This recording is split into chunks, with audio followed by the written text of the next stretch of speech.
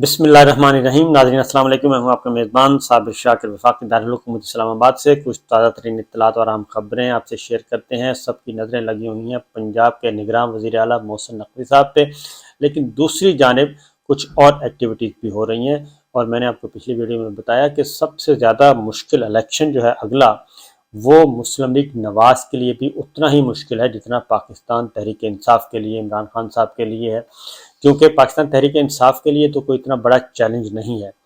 ان کو تو صرف ایک خطرہ ہے کہ جو پولیٹیکل انجینئرنگ ان کے خلاف نہ کی جائے اور دھاندلی نہ ہو، ان کو یہ خطرہ ہے۔ لیکن اگر گراؤنڈ ریئلٹی، زمینی حقائق دیکھیں تو پاکستان تحریک انصاف اس وقت مقبول ترین جماعت ہے۔ یہ ان کے مخالفین بھی تسلیم کرتے ہیں، یہ اسٹیبلشمنٹ بھی تسلیم کرتی ہے، یہ غیر ملکی سفارت خانے بھی تسلیم کرتے ہیں۔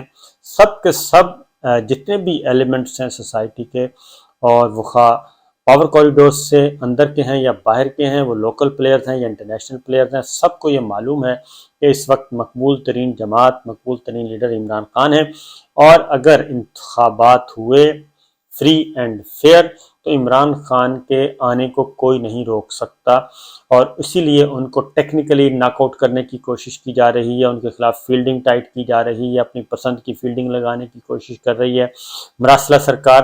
تو یہ تو انہوں نے کرنا ہی کرنا ہے۔ اب عمران خان صاحب کے پاس صرف ایک ہی کوشش کرنی چاہیے ان کو، کہ وہ اسٹیبلشمنٹ کو نیوٹرل رکھیں، جیسے کہ اسٹیبلشمنٹ نیوٹرل ہونا چاہیے، اس طریقے سے اسٹیبلشمنٹ کو نیوٹرل رکھیں، اور جو انہوں نے فیصلہ کیا ہوا اے پولیٹیکل کا، وہ اے پولیٹیکل پہ ان کو لے کے آ جائیں۔ تو باقی معاملات جو ہیں زمینی حقائق وہ بالکل مختلف ہیں، وہ عمران خان صاحب کی فیور میں ہیں، اس لیے بہت سارے لوگ جو ہے مایوس ہو رہے ہیں پاکستان تحریک انصاف کے محسن نقوی صاحب کے اپوائنٹمنٹ پہ۔ میں پچھلی ویڈیو میں ضرور بتا چکا ہوں ڈیٹیلز کے ساتھ، اس کے باوجود کہ اب مریم بی بی بھی بولی ہیں، مریم صاحبہ نے بھی کہا ہے کہ بھئی فرا کو پھر لگا دیں، فرا کو بہت تجربہ ہے پنجاب چلانے کا۔ نواز شریف صاحب پھر بولے ہیں محسن نقوی صاحب کے حق میں۔ یہ میں آپ کو بتا دوں کہ اندر خانے مسلم لیگ نواز خوش نہیں ہے محسن نقوی صاحب کی اپوائنٹمنٹ پہ۔ یہ بات کسی سے ڈھکی چھپی نہیں ہونی چاہیے، کیونکہ محسن نقوی صاحب کا ٹوٹل رجحان جو ہے وہ پاکستان پیپلز پارٹی کی ری انٹری ہے، اس کو اکاموڈیٹ کرنا ہوگا، ان کو اچھے طریقے سے ان کے لیے آسانیاں پیدا کرنی ہوں گی۔ تو یہ ایک بیسک نقطہ یہی رہے گا۔ عمران خان صاحب کو صرف ایک کام کرنا ہے جو میں آپ کو بتا چکا ہوں، اس کے علاوہ کوئی نہیں۔ مشکل ترین جو الیکشن ہے وہ ہے مسلم لیگ نواز کے لیے۔ اس کی ریزن ہے کہ ان کا گڑھ جو تھا وہ تھا پنجاب، کیونکہ پیپلز پارٹی کے لیے سندھ جو ہے وہ اس کا محفوظ ہے، اندرون سندھ وہ محفوظ، اور اب اس بار انہوں نے کراچی سے بھی نکالی ہیں۔ کراچی میں پاکستان تحریک انصاف کی بھی اس حد تک توجہ نہیں ہے جیسا کہ ہونی چاہیے، سندھ میں بھی پاکستان تحریک انصاف کی کوئی توجہ نہیں رہی جیسی کہ ہونی چاہیے تھی، اور اس کے بعد مسلم لیگ نواز سندھ سے بالکل فارغ ہے۔ اس کو ٹوٹل جو ہیں 236 سیٹوں میں سے ٹوٹل 6 یونین کونسل کی سیٹیں ملی ہیں، ٹوٹل 6 ملی ہیں۔ یہ ہے سندھ میں پاکستان مسلم لیگ نواز کا حال۔ خیبر پختونخوا میں مسلم لیگ نواز کمزور ہے، بلوچستان میں کمزور ہے۔ تو پنجاب ایک مسلم لیگ نواز کا گڑھ تھا، تو مسلم لیگ نواز کا پورا انحصار صرف اور صرف پنجاب میں ہے۔ پنجاب میں پاکستان پیپلز پارٹی بھی انٹری مارے گی، اور پاکستان تحریک انصاف آلریڈی بہت اوپر جا رہی ہے، تو اس لیے سخت ترین الیکشن مسلم لیگ نواز کے لیے ہے۔ تو جو سب سے زیادہ تیاریاں بھی وہی کر رہے ہیں، اسٹریٹجی بھی وہی بنا رہے ہیں، کیونکہ بڑی محنت کر رہے ہیں مسلم لیگ نواز کے۔ پھر اس کے اندر جو مسلم لیگ نواز کے اندر کے جو معاملات ہیں شریف فیملی کے اندر، وہ بھی کوئی اتنے اچھے نہیں ہیں، کیونکہ شہباز شریف صاحب اور ان کی ٹیم نے میاں نواز شریف صاحب کو بہت زیادہ خوش نہیں کیا، بلکہ خاص طور پہ جب باجوہ صاحب کی اپوائنٹمنٹ کا معاملہ آیا، نئے آرمی چیف کی اپوائنٹمنٹ کا معاملہ آیا، تو باجوہ صاحب کو جو ایکسٹینشن دلوانا چاہتے تھے اور جو باجوہ صاحب کی باتوں کو مانتے رہے، وہ شہباز شریف صاحب سے سر فہرست۔ تو اس لیے کو بہت زیادہ گڈی کام نہیں چل رہا، اسی لیے لندن میں جو کچھ ہو رہا ہے، کیونکہ شہباز شریف صاحب کی وکٹیں آہستہ آہستہ گر رہی ہیں، مسلسل گر رہی ہیں شہباز شریف صاحب کی۔ حمزہ ابھی تک واپس نہیں آئے، حمزہ شہباز باہر بیٹھے ہیں، وہ ابھی تک واپس نہیں لوٹے۔ سلمان شہباز اپنا مقدمہ کلیئر کروا رہے ہیں، اور ان کو کہا جا رہا ہے کہ جی وہ آئیں پالیٹکس میں، سلمان شہباز کو تو ان کی انٹری کروانے کی کوشش کی جا رہی ہے۔ تو ابھی ودن فیملی چل رہا ہے معاملہ۔ بہرحال جو اس وقت لندن میں چل رہا ہے، لندن میں اب ایک اور سینیٹر عفان اللہ کو بھی بلوایا گیا۔ پہلے جاوید لطیف صاحب تھے، پرویز رشید صاحب تھے، رانا ثناء اللہ صاحب تھے، اب بلوا لیا گیا ہے سینیٹر عفان اللہ، اور عفان اللہ ہیں مشاہد اللہ خان کے صاحبزادے، بہت ہی اچھے انسان تھے مشاہد اللہ صاحب۔ تو مشاہد اللہ خان صاحب کے بیٹے کو بلا لیا گیا سینیٹر عفان اللہ کو۔ تو اس کے بعد ایک اور اہم رہنما کو بلایا گیا ہے، وہ بلایا گیا جی کہ سعود مجید صاحب کو، وہ ساؤتھ پنجاب بہاولپور سے، وہ بھی نواز شریف صاحب کے بہت ہی قابل اعتماد ہیں، قابل اعتماد لوگوں میں، قابل اعتماد بندوں میں ان کا شمار ہوتا ہے، رہنماؤں میں۔ وہ گورنر بھی رہ چکے ہیں، تو اس لیے سعود مجید صاحب سے ساؤتھ پنجاب کے حوالے سے بات چیت کی جا رہی ہے۔ اور یہ سارے کے سارے جتنے بھی آ رہے ہیں وہ نواز شریف صاحب اور مریم صاحبہ، وہ اپنے جتنے بھی لائک مائنڈ اور قابل اعتماد لوگوں کو بلا رہے ہیں۔ شہباز شریف صاحب کا گروپ جو ہے وہ بالکل ایک سائیڈ پہ بیٹھا ہے اور وہ دیکھ رہا ہے نظارے۔ اور اسی طریقے سے لاہور میں اب تبدیل کر دیا گیا ہے، مسلم لیگ نواز کے صدر سیف الملک کھوکھر کو لگا دیا گیا ہے، اور یہ بھی اگین نواز شریف صاحب اور مریم صاحبہ کے کلوز ہیں۔ تو لہٰذا یہ جو چیزیں چل رہی ہیں اس سے ہمیں بہت ساری نظر آ رہی ہیں کہ معاملات کس طرف جا رہے ہیں۔ اور دوسری جانب مفتاح اسماعیل نے بہت مصیبت میں ڈالا ہوا ہے، مفتاح اسماعیل نے جی، اور ان کو وہ اب کھلا کے سامنے آ چکے ہیں، اور جو نیا ایک پروجیکٹ ہے اس کا حصہ ہیں۔